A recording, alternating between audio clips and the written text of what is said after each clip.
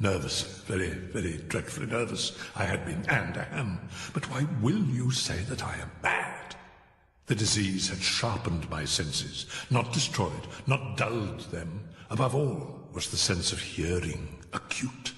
I heard all things in the heaven and in the earth. I heard many things in hell. How then am I mad? Hearken, and observe how healthily, how calmly I can tell you the whole story. It is impossible to say how first the idea entered my brain, but once conceived, it haunted me day and night. Object, there was none. Passion, there was none. I loved the old man. He had never wronged me. He had never given me insult. For his gold I had no desire. It was his eye. He had the eye of a vulture, a pale blue eye with a film over it. Whenever it fell upon me, my blood ran cold.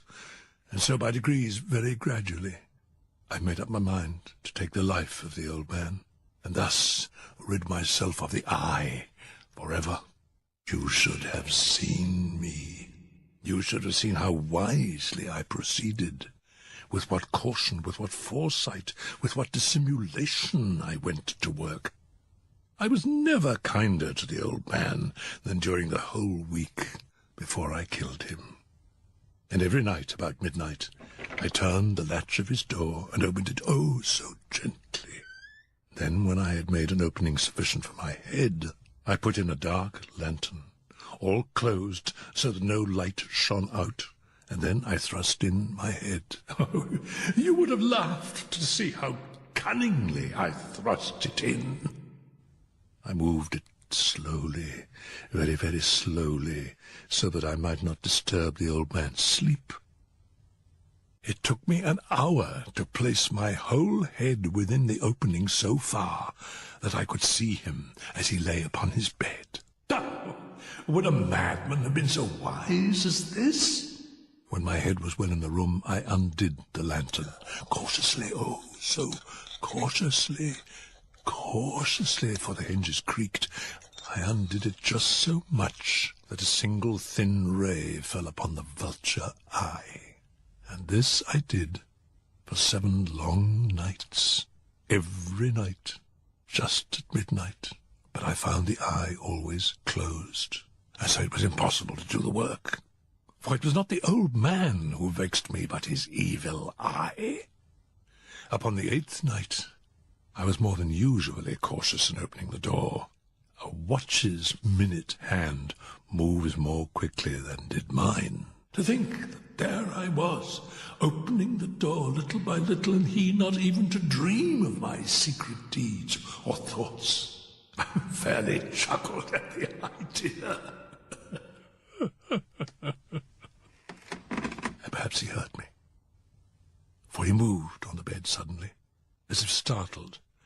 His room was as black as pitch, and so I knew that he could not see the opening of the door, and I kept pushing it on, steadily, steadily.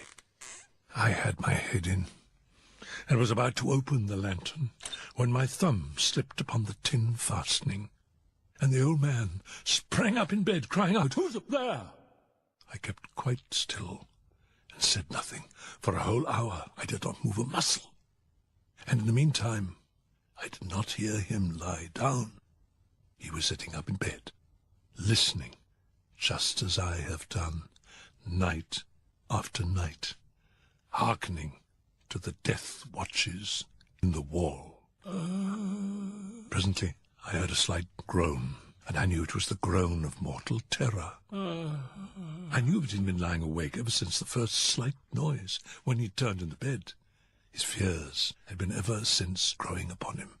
He'd been trying to fancy them causeless, but could not. He'd been saying to himself, "Oh, it's nothing but the wind in the chimney. It's only a mouse crossing the floor. Or it is merely a cricket which has made a single chirp."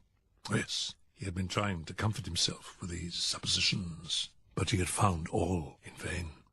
All in vain, because death, in approaching him, had stalked with his black shadow before him and enveloped the victim. And it was the mournful influence of the unperceived shadow that caused him to feel the presence of my head within the room. When I'd waited a long time, very patiently, without hearing him lie down, I resolved to open a very, very little crevice in the lantern. So I opened it. You cannot imagine how stealthily, until at length a simple, dim ray, like the thread of the spider, fell full upon the vulture eye. It was open, wide open, and I grew furious as I gazed upon it. I saw it with perfect distinctness, all a dull blue, with a hideous veil over it that chilled the very marrow in my bones. But I could see nothing else of the old man's face or person, for I directed the ray as if by instinct, precisely upon the damned spot. Had I not told you that what you mistake for madness is but over-acuteness of the senses? Now, I say, there came to my ears a low, dull, quick sound, such as a watch makes when enveloped in cotton. I knew that sound well, too. It was the beating of the old man's heart. It increased by fury, as the beating of a drum stimulates the soldier into courage. But even yet I refrained and kept still. I scarcely breathed. I held the lantern motionless. I tried how steadily I could maintain the ray upon the eye. Meantime, the hellish tattoo of the heart increased. It grew quicker and quicker and louder every instant.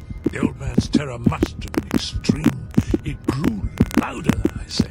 Louder every moment. Do you mark me well? I've told you that I'm nervous. And now, at the dead hour of the night, amid the dreadful silence of that old house, so strange a noise as this excited me to uncontrollable terror. And for some minutes longer, I refrained and stood still. But the beating grew louder. I thought the heart was burst. New anxiety seized me. Sounds would be heard by a neighbor. The old man's hour had come. With a loud yell, I threw open the lantern and leaped into the room. He shrieked once only. In an instant, I dragged him to the floor and pulled the heavy bed over him. I then smiled gaily to find the deed so far done. But for many minutes the heart beat on with a muffled sound. This, however, did not vex me. It would not be heard through the wall. At length it ceased. The old man was dead.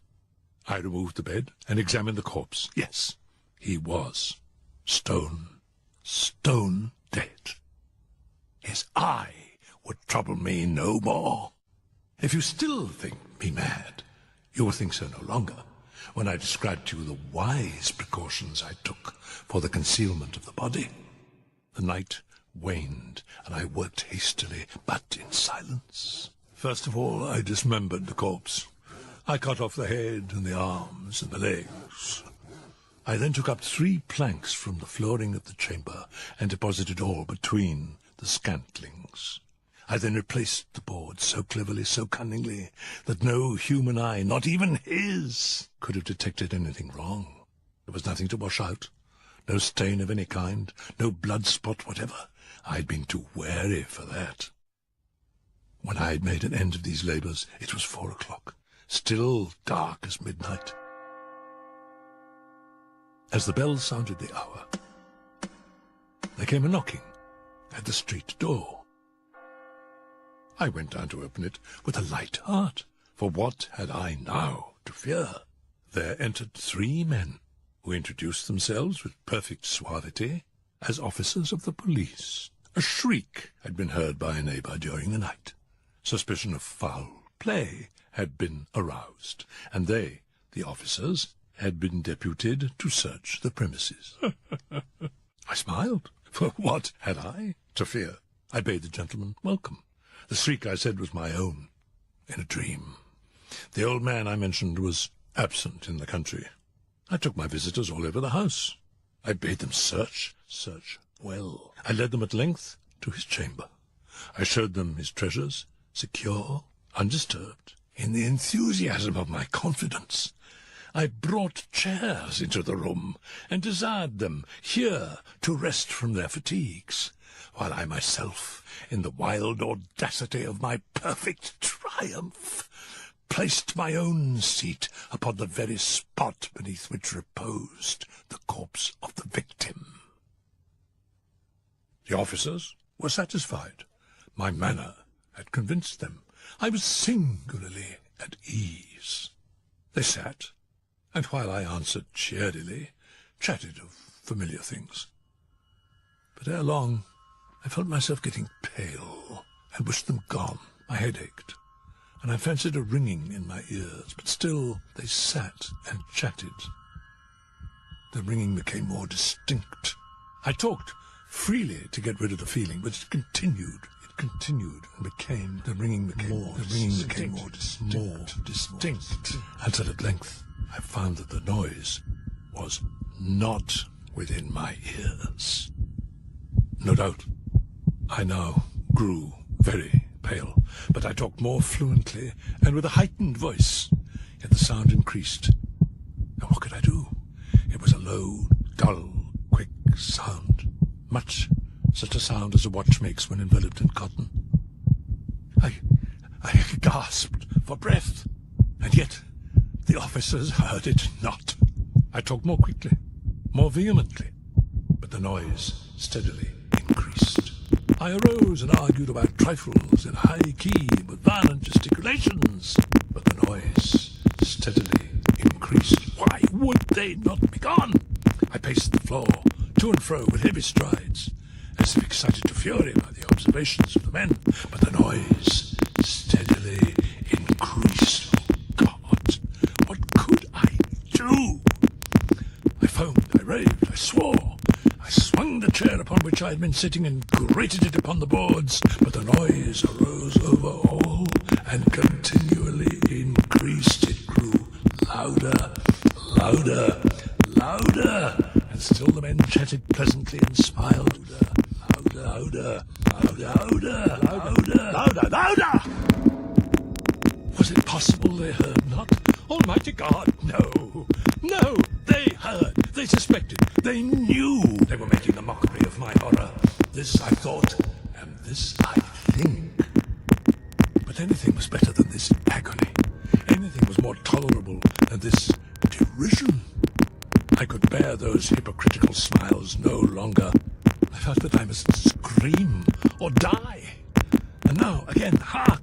Louder, louder, louder, louder! Dissemble no more! I admit the deed! Tear up the planks! Here!